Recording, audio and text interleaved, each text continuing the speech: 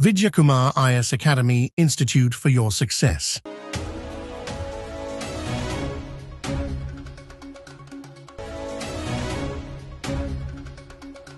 So Pahalgam அப்படின்ற பயங்கரவாத தாக்குதல் நடந்ததுன்னு உங்களுக்கு தெரியும்.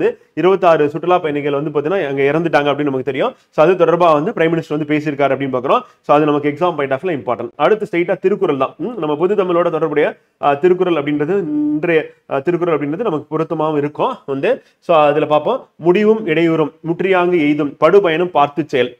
ஸோ செயலை முடிக்கும் வகையும் வரக்கூடிய இடையூறும் முடிந்த போது கிடைக்கும் பெரும் பயணம் ஆகியவற்றை ஆராய்ந்து செய்ய வேண்டும் அப்படின்னு சொல்லி வள்ளுவர் சொல்றாரு. ஸோ அப்போ ஒரு செயலை முடிக்கும் வகை தெரியணும். அதே மாதிரி அந்த செயலை பார்த்தீங்கன்னா வரக்கூடிய இடையூறும் தெரியணும். முடிந்த போது கிடைக்கும் பெரும் பயன் ஆகியவற்றை ஆராய்ந்து செய்ய வேண்டும் சொல்லிட்டு சிவகாசியில பார்த்தீங்கன்னா அந்த பட்டாசு ஆலையில விபத்து நடந்திருக்கு. ஸோ அது தொடர்புடைய ஒரு தலையங்கம் பார்த்தீங்கன்னா அப்போ ஒரு செயலை செய்யும் போது முடிக்கும் வகை வரக்கூடிய இடையூறு முடிந்த போது கிடைக்கும் பெரும் பயன் ஆகியவற்றை ஆராய்ந்து செய்யணும்னு சொல்லிட்டு வள்ளுவர் சொல்றாரு. இந்த குறள் நமக்கு எக்ஸாம் பாயிண்ட் ஆஃப்ல இம்பார்ட்டன்ட் அப்படி சொல்லி பார்க்குறோம் ஃப்ரெண்ட். ஓகேங்களா? தமிழ்ல நமக்கு திருக்குறள் அப்படின்றது இருக்கு அப்படின்றது உங்களுக்கு தெரியும். ஸோ அதை பேஸ் பண்ணி நமக்கு கொஸ்டின் கேட்கறதுக்கான வாய்ப்பு இருக்கு அப்படின்னு பார்க்குறோம்.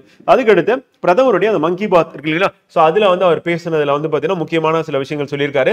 இது எக்ஸாம் பாயிண்ட் ஆஃப்ல நமக்கு இந்த வருஷம் நடக்கக்கூடிய குரூப் 4 எக்ஸாம்லயே நமக்கு வரதுக்கான வாய்ப்பு இருக்கு. அது என்ன அப்படின்றத பார்ப்போங்க.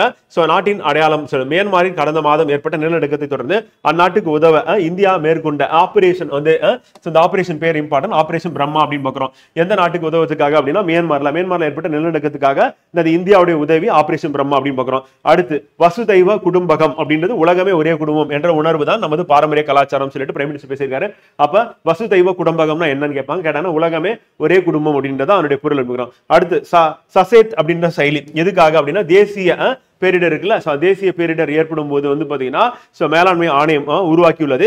வெள்ளம், நிலச்சரிவு, ஆழிப்பேரலை, காட்டுத்தீ, பனிச்சரிவு, புயல், மின்னல் தாக்குதல் போன்ற பேரிடர் ஏற்படும் போது இச்செயலி மக்களுக்கு தேவையான அனைத்து தகவலும் அளிக்கும். அப்ப தேசிய பேரிடர் ஏற்படும் போது மக்களுக்கு தகவல் அனுப்புறது தான் என்ன அப்படின்னா புதிய செயலி ஆரம்பிச்சிருக்காங்க அப்படின்னு பாக்குறோம். அது சசத் செயலி அப்படின்னு பாக்குறோம். அது எக்ஸாம் பாயிண்ட் ஆஃப்ல இம்பார்ட்டன்ட். இதெல்லாம் பிரைம் மினிஸ்டர் பேசுனது நமக்கு எக்ஸாம்ல கொஸ்டின் வரதுக்கான வாய்ப்பு இருக்கு. தாயின் பெயரில் பாத்தீங்கன்னா மரம் நடும் திட்டம் அப்படின்றது இதுவரை நாடுகளும் 140 கோடி பேருக்கு மேற்பட்ட மரங்கள் நடப்பட்டன அப்படின்னு பாக்குறோம். இது எப்ப தொடங்கப்பட்டது அப்படின்னா 2024 ஜூன் 5ஆம் தேதி உலக சுற்றுச்சூழல் தினம். அதுவும் நமக்கு எக்ஸாம்ல கொஸ்டினா கேட்பாங்க. எப்ப தொடங்கப்பட்டது அப்படின்றது இம்பார்ட்டன்ட். தாயின் பெயரில் ஒரு மரத்தை நடணும், அதை வளர்த்து பாதுகாக்கணும் அப்படின்னு 140 கோடி மரம் நடப்பட்டது பிரைம் மினிஸ்டர் சொல்லியிருக்காரு.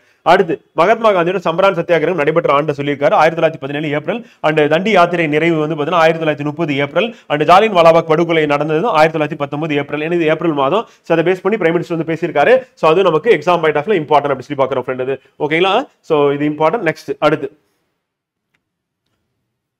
அடுத்து அந்த பகல்காம் தாக்குதல் பத்தி தான். சோ அது அனைத்து நாடுகளும் கண்டனம் தெரிவிச்சிருக்கு. குறிப்பா இஸ்லாமிய நாடுகளும் கண்டனம் தெரிவிச்சிருக்காங்க. இதுல ஈரான் அதிபர் மசூத் பெசஸ்கியன் கண்டனம் தெரிவித்தார் அப்படின்னு பாக்குறோம். சோ அவரும் கண்டனம் தெரிவிச்சிருக்காரு அப்படின்னு பாக்குறோம். இப்ப பாகிஸ்தானுக்கு பெரிய அளவுல சப்போர்ட் இல்ல இந்த தடவை அப்படின்னு சொல்லி பாக்குறோம். இதுக்கு முன்னாடி யாரும் எதிர்ப்பு தெரிவிக்க மாட்டாங்க. காரணம் என்ன? பாகிஸ்தான் இன்வால்வ் ஆயிருக்கும் தெரியும். இந்த வாட்டி பாத்தீங்கன்னா பாகிஸ்தானை பத்தி பொருட்படுத்தாம அனைத்து நாடுகளும் கண்டனம் தெரிவிச்சிருக்காங்க அப்படின்னு சொல்லி பாக்குறோம். சோ போப் ஆண்டவர் இறந்துட்டார் அப்படின்னு நமக்கு தெரியும். சோ அவருடைய இறுதி சடங்கு நடைபெற்றப்ப நம்ம அமெரிக்க அதிபர் கலந்துட்டாரு.